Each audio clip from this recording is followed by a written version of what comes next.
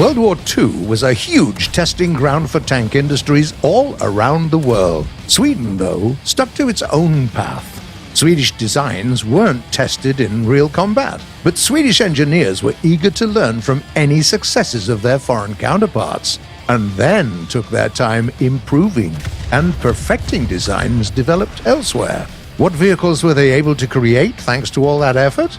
And what are the vehicles that you should pay extra attention to? Let's go through the Swedish tech tree together and answer both of those questions.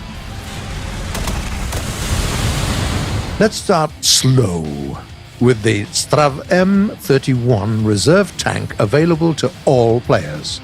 At first glance, it's no special features, but there is actually this. This tank has excellent armor in the rear. Yep, not a thing you see every day. It also moves pretty fast in reverse, allowing you to capitalize on that advantage. Then we have the Trav M40L. It has a more conventional armor layout with the sturdiest armor in the front and capable of surviving a random hit or two. The first era is also the home of the Sturmpjats FM 4344, an SPG armed with a recoilless 150mm gun. It's worth mentioning that it also has access to HE shells only, and has the ammo capacity of 10, making it a great pick for players looking for something both unusual and challenging.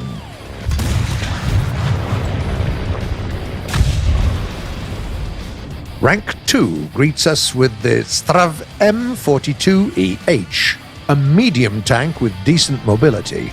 Its main selling point is its 75mm gun with powerful shells loaded with a decent amount of explosive filler. The Sav M43 1946 tank destroyer also has no difficulty dealing with enemy armor thanks to a punchy 105mm gun and heat rounds penetrating 240mm of armor. You just have to get used to the relatively low velocity of your rounds. Then there's also an AA vehicle with a name that is somewhat difficult to pronounce, the Luftwaffe M40. It's basically a truck with some armor slapped on it. It still has hardly any armor, though. In the best case scenario, it can bounce a rifle shot.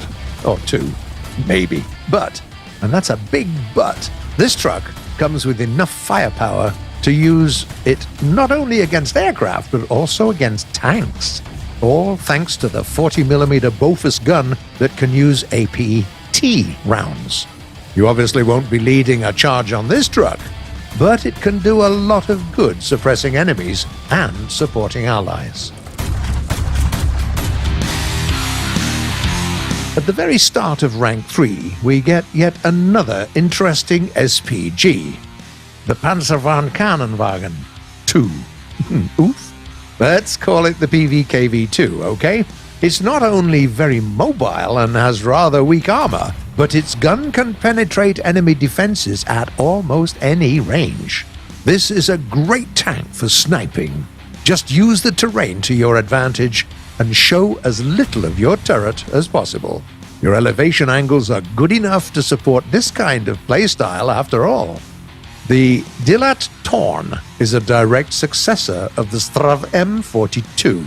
It comes with a noticeably more powerful gun fed by 4-round magazine.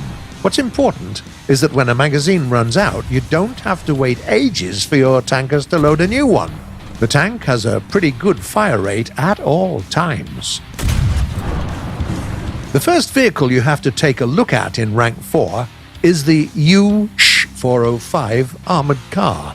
It's armed with 2 special launchers capable of spewing rockets at a crazy fire rate of 150 per minute.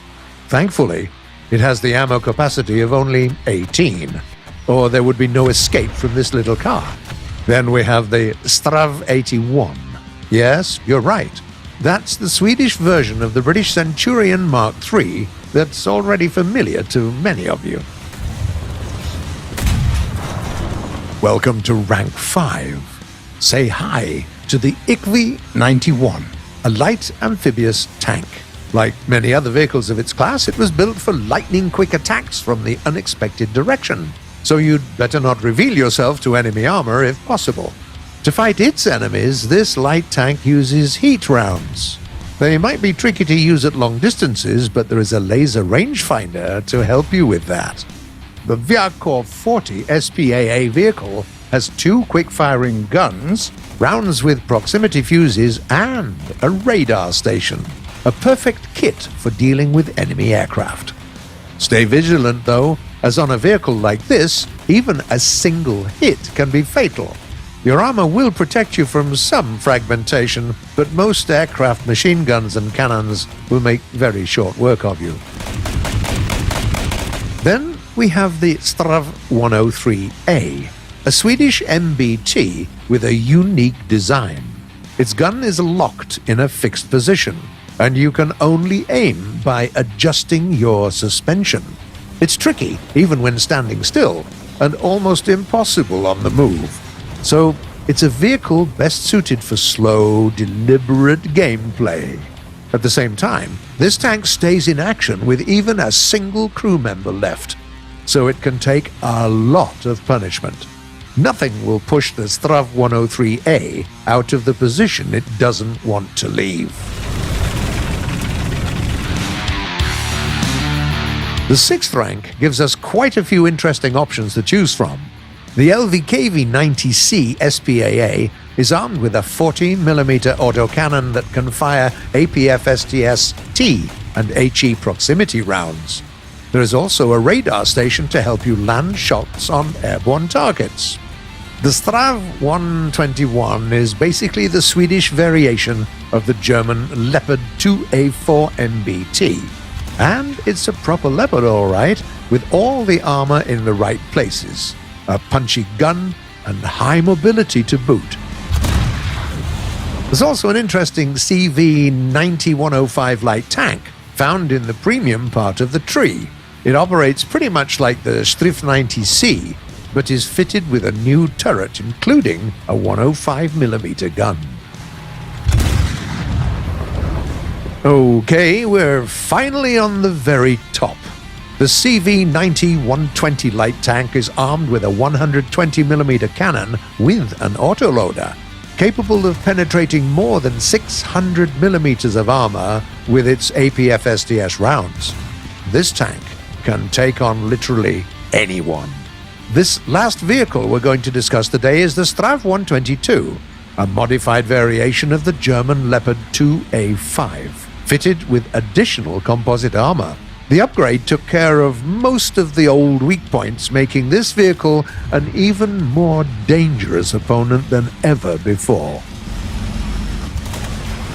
What Swedish tanks are you interested in the most? Come on, please tell us in the comments below.